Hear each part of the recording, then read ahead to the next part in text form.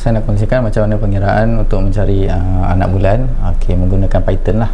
Okey, mula-mula kita kena ni lah. Saya ada kongsikan dia punya pengiraan tu ada kat dalam saya punya GitHub lah. Boleh check lah.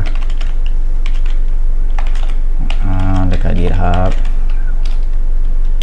Okey, kat GitHub ni kalau tengok kat sini dia tulis lah Astro Calculator ni kan, yang dalam ni lah.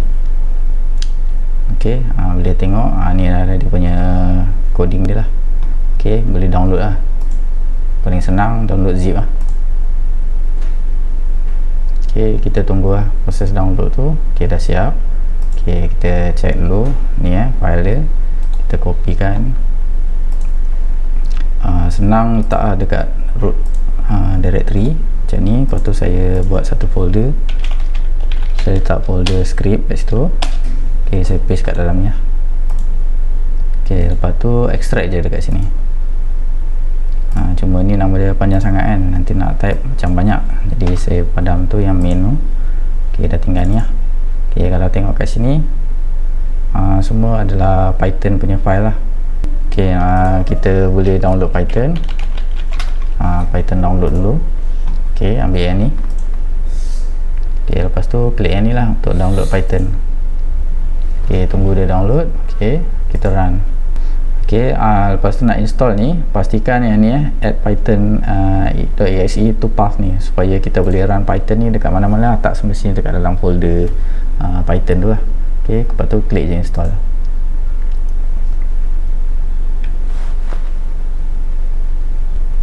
Okey, ni dah siap install Python.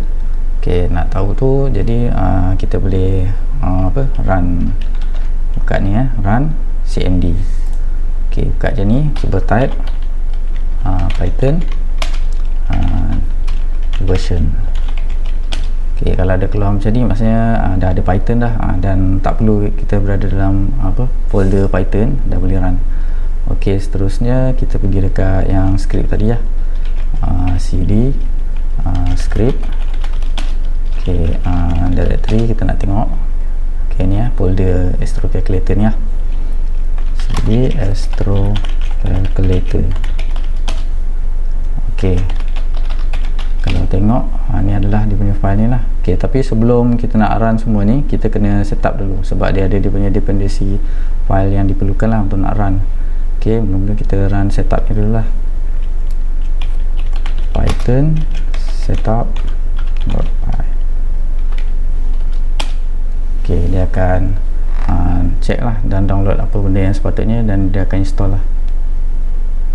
Cepat ke lambat ni bergantung kepada kita punya talian internet lah, sebab dia download kan. Okey, dia dah check semua. Okey, jadi semua tu dah okey lah, dia dah lengkapkan lah. Okey, lepas tu kita boleh ni lah nak run. Mula-mula kita test yang ni lah, istimak ni. Istimak ni dalam keadaan matahari, bulan dengan bumi tu dia sejajar sebab tu kebiasaannya berlaku gerhana matahari lah pada ketika itu. Kalau gerhana matahari tu nak berlaku pada hari istimak lah. Jadi cara dia, kita Python istimak.py, lepas tu masukkan tarikh hijriah, macam Ramadan hari tu, Ramadan bulan ke-9 kan. Okey, ini adalah data pada hari istimak masa bulan Ramadan hari itulah.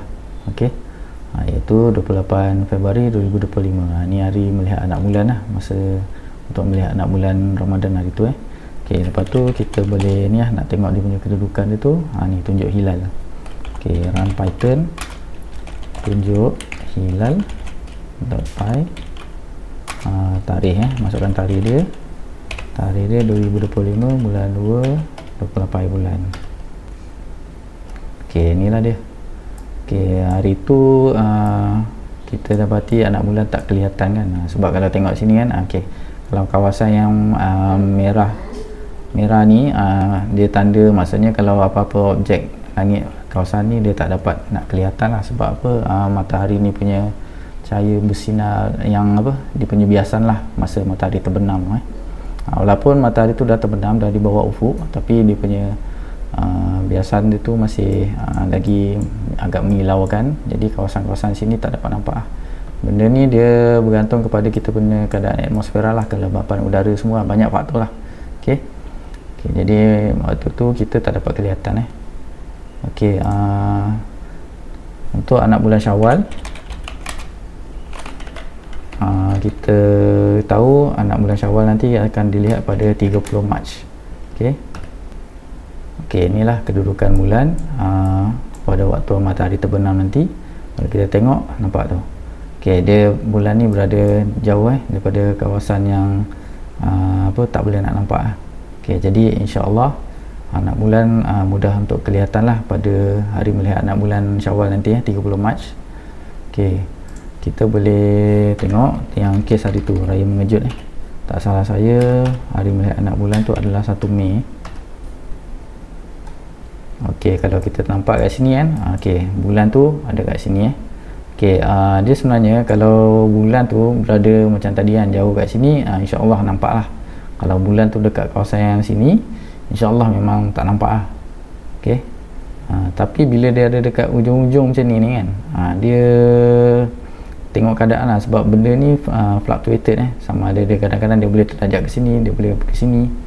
Ni yang sempadan merah ni okey, dia sebab bergantung kepada keadaan atmosfera lah pada ketika itu. Okey, kelembapan udara apa semua, banyak faktor. Jadi kat sini kalau bulan tu kedudukannya dekat sama dekat kawasan sini atau kawasan sini, memang betul-betul ikut rezeki lah. Kalau Allah nak bagi nampak lah, bergantung pada rezeki kita lah. Okey, macam satu Ramadan hari tu, bukan satu Ramadan lah, 29 Syakban hari tu, untuk melihat satu Ramadan tak kelihatan lah. Okey, tapi masa raya mengejut itu hari direzekikan untuk nampak.